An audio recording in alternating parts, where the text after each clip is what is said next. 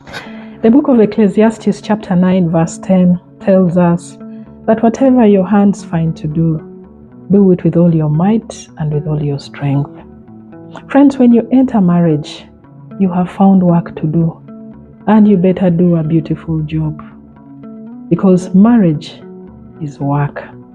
Thank you, friends, for tuning into the Family Enrichment Hub.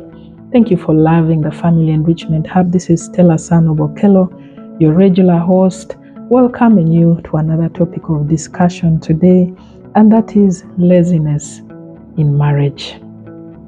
A dear friend recently shared with me the experience that she goes through in her marriage. That every time that she plants her crops in the garden, when it is time for harvest, her husband does not wait for her to give him permission. He simply goes and sells off the crops, which he never put in any effort to bring up. Another lady, actually many other ladies, have also shared their experience within their marriages of they support their families financially, and away from that, they are also charged with the daily responsibility and running of their homes with regard to physical and indeed the manual chores within the family. That is not a pleasant place to find yourself in, where you're doing all the work literally that is involved in running and maintaining a family. Allow me to share how laziness presents itself within our marriages. Laziness, first of all, speaks to a quality of not wanting to do work, not wanting to put in effort, even when you know you're supposed to do the work around the house, but you just choose not to do the work. That is what defines laziness. Laziness presents itself as a procrastinating partner. Every time that work needs to be done, this person wants to push it forward. They want to keep pushing it to another time.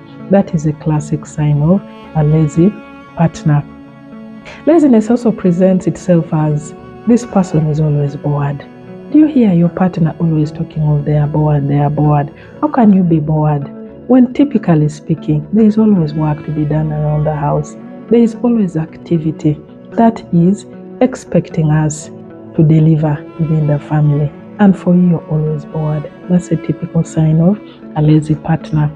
They also prefer to buy cooked food, junk food from out instead of cooking on a perpetual and indeed a regular basis.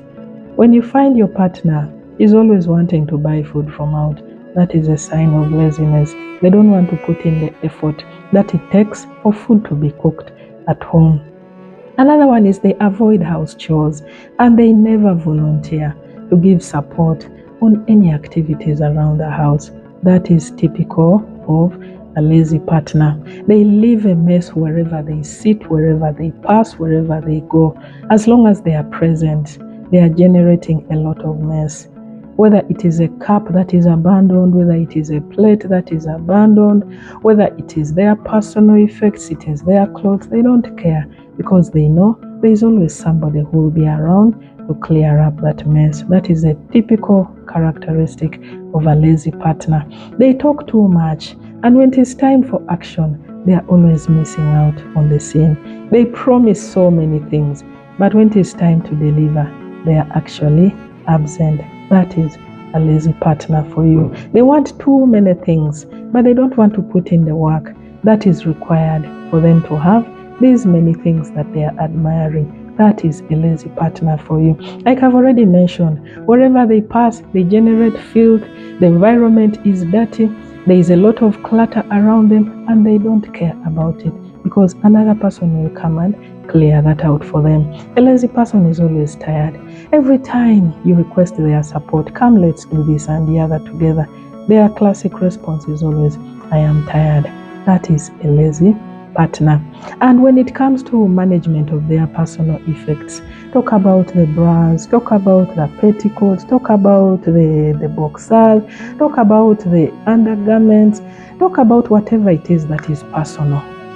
A lazy person would rather give that stuff to another person, probably a maid, to be the one to wash for them. How lazy can you be not to wash your personal undergarments? That's a classic sign of a lazy person and indeed a very lousy partner. Look at couples who are also comfortable bringing a maid to come and make for them their bed. How lousy can you be? Beyond just being lazy, it is terrible. So those are the signs, some of the signs of a lazy partner. Allow me to share what the effects of laziness are within our marriages. Laziness will ruin your marriage because it is premised on selfishness. A lazy person is a selfish person. Their world just rotates around them. They are always thinking of just themselves. What more can you do for them? Serve me, do for me stuff, do for me stuff. That is the attitude that lazy people have. And with time, you're going to break your partner because they're going to have a sense of anger, a feeling of resentment, a feeling of pain toward you. You do not want that within your marriage just because of your lazy behavior. A lazy person takes advantage of the strength of their partner. And once your partner gets to know that you're in this relationship just because you're taking advantage of their strength, you can only imagine the frustration that you're going to create within that relationship. A lazy person disregards other people's emotions. They disregard the feelings of their partner. They don't care. All they care about is do more work for me, do more service to me. They don't care the load that you're carrying. They don't care the pain that you go through in order to deliver on all the work that you're doing within your marriage. It's only a matter of time before that person will break. And once you break your partner who is putting in all the load, you'll have broken even your own marriage. Talk about issues of poverty. You're going to bring poverty into your marriage. You don't want to live lives of poverty as a married couple. The Bible talks about Proverbs chapter 10, verse 4, that lazy hands will be poor, but the diligent hands, the hardworking hands, will be made rich. Poverty will play out as long as you choose to be lazy within your marriage. You're going to live lives of mediocrity, lives which are below what is expected of you, lives which are below the potential that God has vested in you. Look at the book of Proverbs chapter 20, verse 4. It talks about during the harvest, lazy people will be begging. Laziness will reduce you to beggars. You don't want to be beggars as a married couple just because you've made a decision to be lazy, to play out laziness within your relationship. And like I've already mentioned, resentment, frustration, and anger will play out on the part of the partner that is putting in all the work within this relationship. Friends, allow me volunteer some advice with regard to laziness within our marriages. Set some family goals together and apportion the work that is needed to be done appropriately by each partner. In that way, you will be able to keep track of what everybody needs to do and what indeed they are putting into the achievement of these agreed upon goals. Ask what chores your lazy partner can be able to do and hold them accountable for those chores. When they deliver on those chores, appreciate and celebrate them. In that way, you'll inspire your lazy partner to even do more because they know, they will gauge that even the little that they are doing is actually celebrated. Talk about your pains and frustrations as a result of the laziness of your spouse within this relationship. Let them know the pain that you feel. Let them know how their laziness is actually taking its toll and indeed breaking you as the hardworking partner within the relationship. In that way, you will find winning ways of addressing and resolving the challenge that is within your marriage. I always love the golden rule. Matthew chapter 7, verse 12. Do to others just as you would want done to you.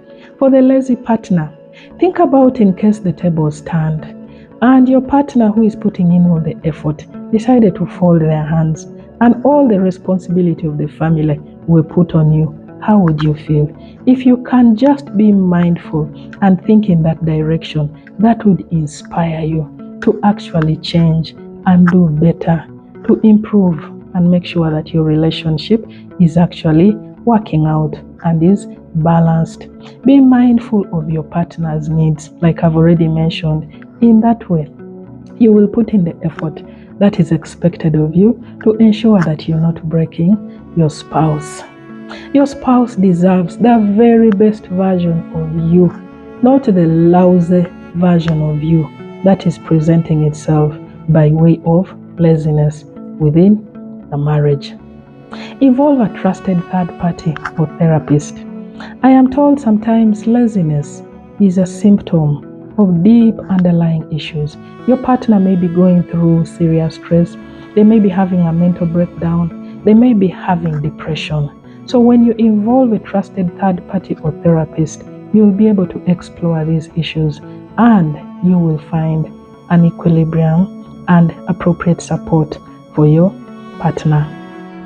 As I conclude, friends, I want to read for us a text from the book of Proverbs, chapter 24, from verse 30 to 34. And it says, I went by the field of the lazy man, and behold, it was all overgrown with thorns, and its stone wall was broken down.